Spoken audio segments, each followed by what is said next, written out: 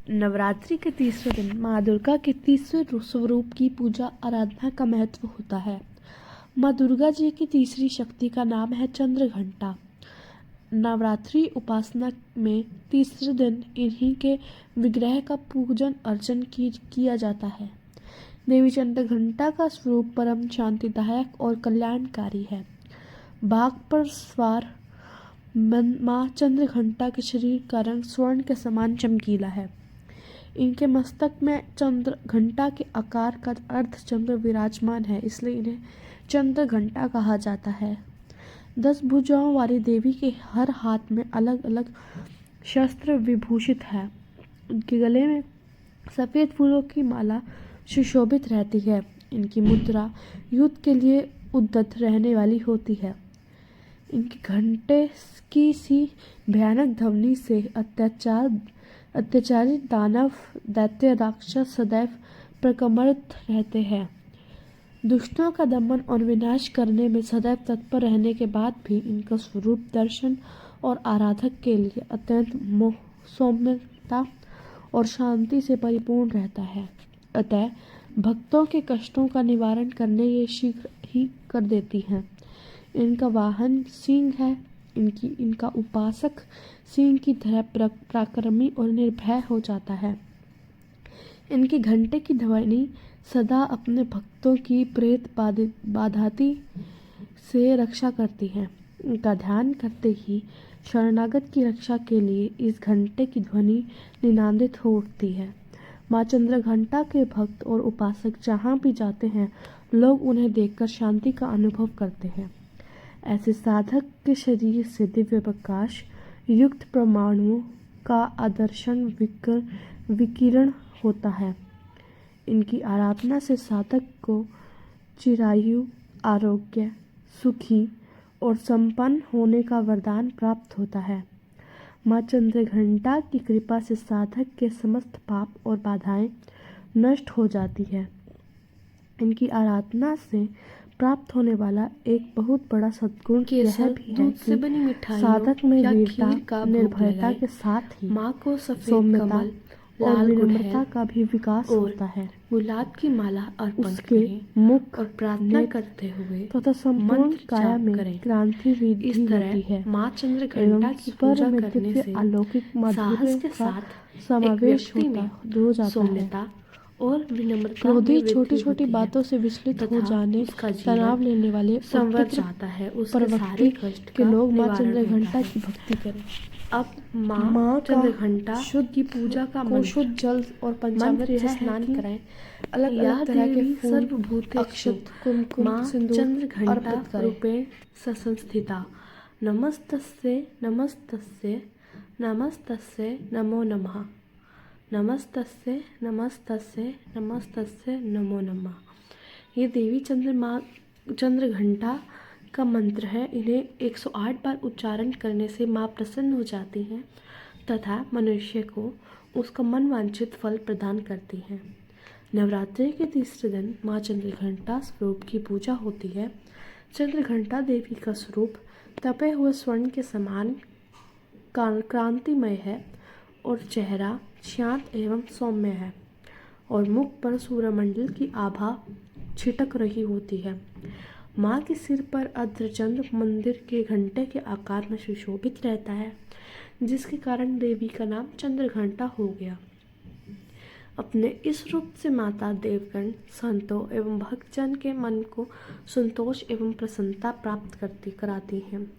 माँ चंद्र घंटा अपने प्रिय वाहन सिंह पर आरूढ़ होकर अपने 10 हाथों में खड्ग, तलवार, ढाल, गदा, पाश, त्रिशूल, चक्र, धनुष भरे हुए तरकश लिए मंद मंद मुस्कुरा रही होती हैं।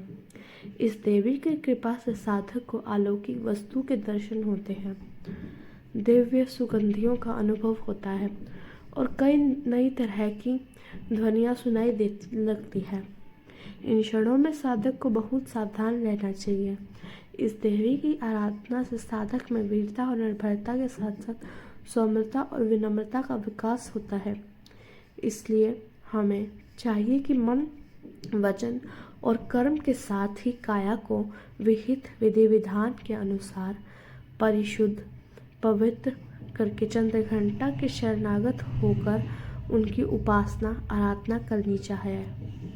इससे सारे कष्टों से मुक्त होकर सहज ही परम पद के अधिकारी बन सकते हैं। यह देवी कल्याणकारी है।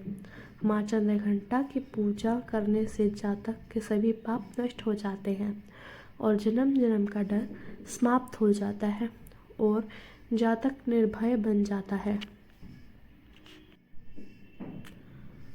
अब देवी चंद्रघंटा की व्रत कथा। देवताओं और असुरों के बीच लंबे समय तक युद्ध चला। असुरों का स्वामी महिषासुर था और देवताओं के इंद्र।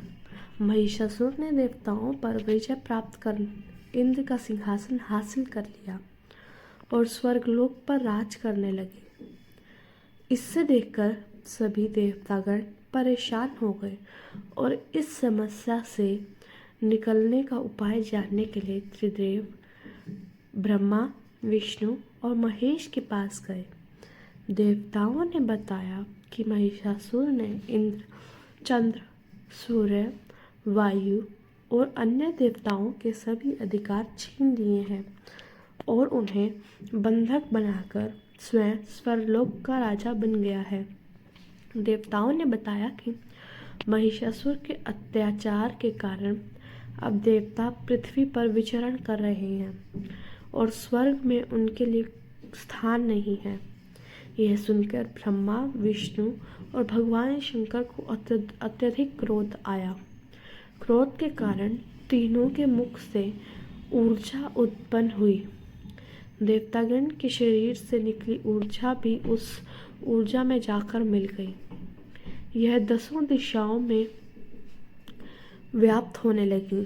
तभी वहाँ एक देवी का अवतरण हुआ। भगवान शंकर ने देवी को त्रिशूल और भगवान विष्णु ने चक्र प्रदान किया। इसी प्रकार अन्य देवी देवताओं ने भी माता के हाथ में अस्त्र शस्त्र सजा दिए। इंद्र ने भी अपना वज्र और ऐरावत हाथी से उतरकर 1 घंटा दिया। सूर्य ने अपना तेज और तलवार दिया और सवारी के लिए शेर दिया। देवी अब महिषासुर से युद्ध करने के लिए पूरी तरह तैयार थी। उनका विशालकाय स्वरूप देखकर महिषासुर यह समझ गया कि अब उसका काल आ गया। महिषासुर ने अपनी सेना को देवी पर हमला करने के लिए भेजा। अन्य दैत्य और दानव के दल भी युद्ध में कूद पड़े। देवी ने एक ही झटके में ही दानव का संहार कर दिया। इस युद्ध में महिषासुर तो मारा ही गया, साथ में अन्य बड़े देवता, दानवों और राक्षसों का संहार माँ ने कर दिया। इस तरह माँ ने सभी देवताओं को असुरों से अभय दिलाया। नवरात्रि के तीसरे दिन माँ चंद्रघंटा की पूजा की जाती है। यह शुक्र ग्रह की देवी मानी जाती है। नवरात्रि के तीसरे दिन माँ चंद्रघंटा की पूजा अर्चना करने वाले जातक की जन्म पत्री में शुक्र दोष समाप्त हो जाता है। हरे कृष्णा, राधे राधे, जय माता दी।